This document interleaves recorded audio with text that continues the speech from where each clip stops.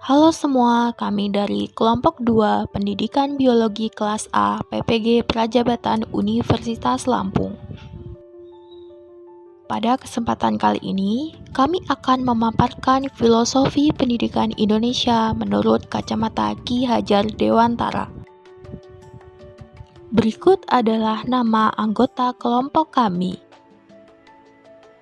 Ki Hajar Dewantara memperkenalkan 3 gagasan utamanya, yaitu Taman Siswa, Among, dan Pamong. Ki Hajar Dewantara mengemukakan 3 semboyan yang sangat terkenal. Yang pertama yaitu Ingarso Sung Tulodo, yang artinya di depan menjadi teladan. Yang kedua adalah Ing Madyo Mangunkarso, yang artinya di tengah memberi semangat. Dan yang ketiga adalah Tuturi Handayani, yang artinya di belakang memberikan dorongan. Di Indonesia saat ini telah diterapkan kebijakan Merdeka Belajar yang terinspirasi dari pemikiran Bapak Pendidikan kita, yaitu Ki Hajar Dewantara. Merdeka Belajar berfokus pada asas kemerdekaan dalam menerapkan materi yang esensial dan fleksibel, yang sesuai dengan minat, kebutuhan, dan karakter peserta didik. Ki Hajar Dewantara melarang adanya paksaan kepada anak didik karena akan mematikan jiwa merdeka serta kreativitas anak itu sendiri. Pemikiran Ki Hajar Dewantara tentang pendidikan dan kebudayaan yang unik berdasarkan budaya Indonesia berkontribusi signifikan terhadap pendidikan yang kita nikmati saat ini, juga menjadi dasar dari lahirnya kebijakan Merdeka Belajar. Pendirian Taman Siswa diinisiasi oleh Ki Hajar bersama tokoh-tokoh politik dan spiritual Indonesia melalui diskusi dan pertemuan yang dinamai Sarasehan Selasa Kliwon. Ki Hajar bersama tokoh-tokoh lain melalui sarasehan tersebut sepakat bahwa pendidikan adalah senjata yang paling ampuh untuk melawan kolonialisme Belanda, sehingga untuk mencapai tujuan tersebut diperlukan sistem pendidikan yang mendasar pada kebudayaan Indonesia yang mendidik sebanyak mungkin pribumi Indonesia. Pada dasarnya, pendirian Taman Siswa terwujud karena adanya tujuan bersama dan upaya gotong royong untuk mencapai Indonesia yang merdeka. Pada saat itu, meskipun telah banyak sekolah yang didirikan oleh pemerintah kolonial Belanda untuk pribumi, kurikulumnya dirasa tidak sesuai dengan kebutuhan rakyat Indonesia. Pemerintah kolonial Belanda mendirikan sekolah tersebut hanya untuk melayani kepentingan politik, ekonomi, dan administrasi mereka. Terlebih lagi, sistem pendidikan pemerintah kolonial Belanda bertujuan untuk membentuk mentalitas pribumi menjadi budak Belanda. Berikut adalah pemikiran Ki Hajar Dewantara terhadap pendidikan Barat. Pendidikan dan pengajaran Barat tidak boleh secara mutlak kita anggap jelek. Banyak ilmu pengetahuan yang harus kita kejar, sekalipun melalui sekolah-sekolah Barat. Itu tidak mengapa, asalkan kepada anak-anak kita berikan pendidikan yang kultural dan nasional. Ya, semuanya kita tunjukkan ke arah keluhuran manusia, nusa, dan bangsa, tidak memisahkan diri dan kesatuan perikemanusiaan. Taman Siswa membuka untuk setiap jenjang pendidikan, mulai dari taman kanak-kanak sampai universitas termasuk pendidikan vokasi. Taman kanak-kanak atau Taman Indria menawarkan pendidikan selama 2 tahun bagi anak-anak umur 5 tahun. Taman Indria berfokus untuk membentuk kepercayaan diri melalui pengembangan perilaku khusus atau bakat setiap anak. Taman Anak atau Muda yang saat ini dikenal sebagai tingkat sekolah dasar menawarkan pendidikan selama 6 tahun untuk anak berusia 7 tahun. Taman Dewasa atau setara dengan sekolah menengah pertama atau Taman Madya atau setara dengan sekolah menengah atas menawarkan pendidikan selama 3 tahun yang bertujuan untuk mempersiapkan para siswa untuk melanjutkan ke Taman Sarjana atau perguruan tinggi. Taman Sarjana ditujukan untuk mempersiapkan generasi masa depan, baik untuk pengembangan taman siswa sendiri maupun untuk masyarakat umum. Selain itu ada pula Taman Guru yang mempersiapkan siswa untuk menjadi pamong atau guru di taman siswa, dan taman karya yang bertujuan khusus untuk pendidikan vokasi. Bentuk fisik taman siswa merepresentasikan kondisi sosial budaya Indonesia. Bangunan taman siswa terdiri dari rumah besar berfungsi sebagai asrama siswa dan ruang kelas serta pendopo di depan sekolah. Pendopo digunakan untuk pementasan budaya Indonesia seperti tari daerah, tembang atau lagu daerah dan seni lainnya. Lapangan rumput besar mengelilingi perguruan taman siswa, biasa digunakan untuk latihan militer dan bela diri tradisional pada saat itu. Taman siswa menggunakan bahasa daerah untuk berkomunikasi, menggantikan bahasa Belanda. Hal ini dilakukan untuk membangun semangat kebangsaan Indonesia di diri siswa-siswa dan guru di sana. Jumlah perguruan taman siswa berkembang dengan sangat baik. Pada tahun 1932, sejak 10 tahun didirikan, tercatat ada 60 perguruan taman siswa yang telah terbentuk di luar Jogja, yaitu di Jakarta, Bandung, Medan, dan Tebing Tinggi. Perkembangan taman siswa ini dilakukan melalui perjuangan yang tidak mudah. Di tahun yang sama, pemerintah kolonial Belanda menerbitkan regulasi yang dinamai Onderwijsordonnantie yang memerintahkan seluruh sekolah atau perguruan yang diselenggarakan di luar kendali pemerintah kolonial Belanda agar dinyatakan tidak sesuai dengan kebijakan pendidikan yang ditetapkan, sehingga berstatus ilegal dan direkomendasikan untuk ditutup. Ki Hajar melawan kebijakan diskriminatif tersebut dengan dukungan beberapa surat kabar, antara lain Pewarta Delhi, Suara Surabaya, Suara Umum, serta organisasi perjuangan seperti Muhammadiyah dan Partai Indonesia. Sebagai respon atas perlawanan tersebut, pemerintah kolonial Belanda pada tahun 1933 menerbitkan revisi atas Onderwijsordonnantie sebelumnya, yang menyatakan bahwa melarang aktivis kemerdekaan Indonesia untuk mengajar di taman siswa. Peraturan tersebut berpengaruh negatif terhadap taman siswa, namun perguruan tetap berjalan dengan pamong atau guru yang ada. Tantangan untuk keberlangsungan taman siswa tidak hanya terjadi karena kebijakan diskriminatif pemerintah kolonial Belanda. Ki Hajar juga mengalami kesulitan dana untuk operasional taman siswa. Di tengah permasalahan pendanaan, Ki Hajar menolak banknotes atau uang kertas asing Belanda yang dapat digunakan sebagai mata uang Indonesia yang diberikan oleh pemerintah kolonial Belanda. Hal tersebut dilakukan Ki Hajar dengan tujuan untuk menjaga independensi taman siswa dari pengaruh penjajahan Belanda. Ki Hajar tetap menggunakan uang Republik Indonesia atau ORI yang mendanai operasional taman siswa, walaupun daya belinya lemah dan tidak sebagus banknote Belanda. Akibatnya, gaji bulanan yang diterima guru taman siswa hanya cukup untuk membiayai biaya hidup mereka selama 1 pekan. Untuk menyelesaikan permasalahan ini, Ki Hajar menyarankan orang tua siswa membayar uang sekolah dan donasi lainnya, sebagian dalam bentuk ORI dan sisanya dalam bentuk beras. Dengan demikian, berkat kesepakatan bersama tersebut, guru dapat menghemat pengeluaran pangan karena guru dan siswa tinggal bersama di dalam perguruan taman siswa. Melalui gotong royong antara orang tua dan guru dalam hal pembiayaan sekolah, Ki Hajar ingin biaya pendidikan yang terjangkau, namun tidak mengorbankan kualitas pendidikan yang taman siswa sediakan. Seorang ahli hukum terkenal dari Belanda bernama Vollenhoven bahkan menyatakan bahwa taman siswa berhasil menyediakan pendidikan yang terjangkau 100 kali lebih baik dibandingkan dengan model sekolah barat. Kualitas proses belajar di taman siswa juga teruji dari lulusnya 7 dari 12 siswa yang mengikuti ujian masuk ke AMS atau Sekolah Menengah Umum yang diselenggarakan pemerintah kolonial Belanda.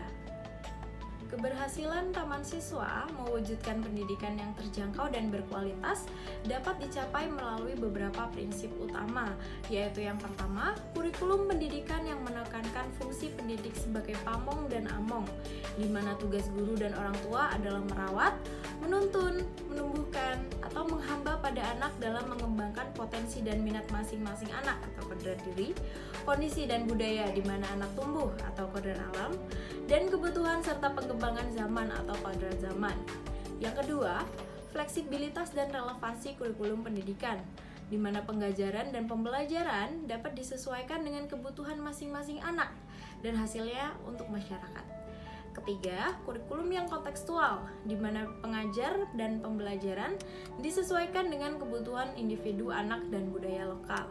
Keempat, kemerdekaan belajar, di mana proses pengajaran dan pembelajaran dalam cakupan yang luas bertujuan untuk mengembangkan minat dan bakat anak. Kelima, tujuan utama pendidikan yang berfokus pada pengembangan karakter mulia dan ketuhanan yang Maha Esa, selain hanya berfokus pada penguasaan ilmu pengetahuan saja. Keenam, visi bersama dan gotong royong antara guru, orang tua siswa, dan tokoh pendidikan dalam pengelolaan pendidikan, yaitu untuk meningkatkan kualitas belajar siswa dan kemerdekaan serta kesejahteraan Indonesia. Prinsip-prinsip tersebut mendasari lahirnya kebijakan Merdeka Belajar saat ini. Beberapa esensi kebijakan Merdeka Belajar terinspirasi dari pemikiran Ki Hajar Dewantara, meliputi yang pertama, Merdeka Belajar mengamanahkan tujuan pendidikan yang holistik, yaitu pendidikan yang terfokus pada pengembangan karakter mulia anak, tidak hanya pada kemampuan kognitif semata. Dalam kebijakan Merdeka Belajar, pendidikan bertujuan untuk membentuk anak-anak Indonesia sebagai pelajar sepanjang hayat yang memiliki kompetensi global dan berperilaku sesuai nilai-nilai Pancasila atau disebut sebagai profil pelajar Pancasila, yang memiliki kompetensi yang beriman, bertakwa kepada Tuhan Yang Maha Esa dan berakhlak mulia, mandiri, bernalar kritis, kreatif, bergotong royong, dan berkebinekaan global. Yang kedua, Merdeka Belajar mengamanahkan kemerdekaan belajar dengan menempatkan siswa, guru, dan kepala sekolah dalam sebuah institusi sekolah sebagai tokoh utama dalam proses pembelajaran dan pengajaran. Dalam hal ini, sekolah diberikan otoritas yang luas untuk menentukan proses pengajaran dan pembelajaran yang berfokus pada peningkatan kualitas belajar siswa, terutama dalam pengembangan karakter, literasi, dan numerasi. Ketiga, Merdeka Belajar memberikan fleksibilitas kepada sekolah untuk meningkatkan kualitas belajar siswa melalui peraturan-peraturan pendidikan yang tidak kaku dan mengikat. Keempat, Merdeka Belajar memberikan keleluasaan kepada sekolah untuk mengimplementasikan kurikulum yang menitikberatkan kebutuhan dan perkembangan proses belajar masing-masing anak dan relevan dengan karakteristik sekolah dan daerah. Yang kelima, Merdeka Belajar menekankan pada semangat gotong royong, melibatkan pemerintah pusat dan daerah, sekolah, orang tua, dan siswa berdasarkan prinsip Tuturi Handayani untuk tujuan bersama menyediakan layanan pendidikan yang bermutu bagi semua siswa. Dalam hal ini, sekolah memiliki tugas utama untuk meningkatkan kualitas belajar siswa, pemerintah daerah bertugas memberikan dukungan yang diperlukan sekolah, dan pemerintah pusat bertujuan memberikan dukungan kepada pemerintah daerah dan sekolah. Ki Hajar Dewantara telah mewariskan kepada kita pemikiran dan implementasi pendidikan, pengajaran, dan pembelajaran yang berakar pada budaya Indonesia. Pemikiran beliau menginspirasi lahirnya kebijakan Merdeka Belajar.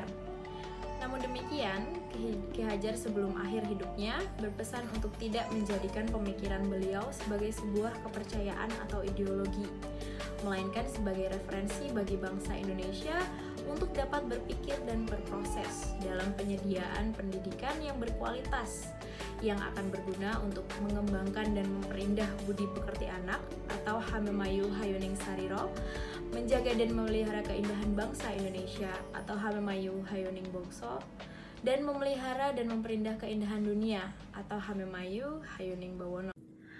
Peran pendidik diibaratkan seorang petani atau tukang kebun yang bertugas merawat berbagai jenis tumbuhan sesuai dengan kebutuhannya. Berbeda jenis tumbuhan, berbeda pula kebutuhannya. Artinya bahwa menjadi seorang pendidik harus paham, mengerti keadaan peserta didiknya. Seorang pendidik harus bisa melayani segala bentuk kebutuhan belajar peserta didiknya sesuai dengan karakteristik yang berbeda-beda pada masing-masing siswa. Tentunya hal ini harus berorientasi kepada anak. Pendidik seyogyanya memberikan kebebasan pada peserta didik untuk dapat berpikir kreatif, mengembangkan idenya, mengembangkan bakat dan minatnya, namun tanpa terlepas dari arahan dan bimbingan dari seorang guru, agar anak-anak atau peserta didik tidak kehilangan arah. Pendidik dalam hal ini adalah seorang guru harus dapat membaca karakter murid-muridnya, karena setiap manusia dilahirkan dengan kemampuan yang berbeda-beda. Ada murid yang cerdas, ada yang sedang, dan ada yang biasa-biasa saja. Ada yang kecerdasannya di bidang sains, bahasa, matematika, musik, dan lain sebagainya. Setiap anak sudah memiliki bakat dan potensinya masing-masing. Tugas guru adalah mengantarkan, mengembangkan, memunculkan bakat dan potensi yang dimiliki oleh siswanya. Dalam melakukan pembaruan yang terpadu, hendaknya selalu diingat bahwa segala kepentingan anak-anak didik, baik mengenai hidup diri pribadinya maupun hidup kemasyarakatannya, jangan sampai meninggalkan segala kepentingan yang berhubungan dengan kodrat keadaan, baik pada kodrat alam maupun kodrat zaman yang dimiliki oleh anak-anak kita. Kodrat zaman diartikan sebagai perubahan dari waktu ke waktu. Guru membekali keterampilan kepada siswa sesuai zamannya agar mereka bisa hidup, berkarya, dan menyesuaikan diri dengan zamannya. Dalam konteks pembelajaran sekarang, guru harus lebih mengenal teknologi agar dapat menyesuaikan dengan kondisi yang sekarang. Proses pembelajaran hendaknya menyesuaikan berbagai diferensiasi yang ada, baik gaya belajar, gaya berpikir, minat, bakat, dan sebagainya.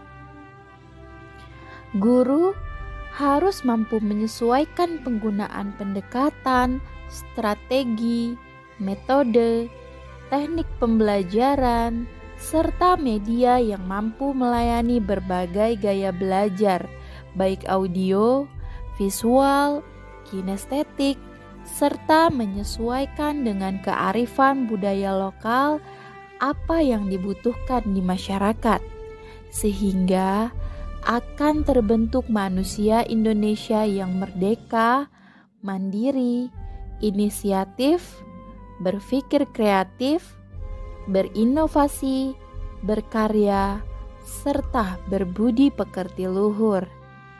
Dari sinilah para guru hebat melahirkan anak bangsa yang dahsyat. Kali ini saya akan meneruskan materi belajar tentang kodrat alam.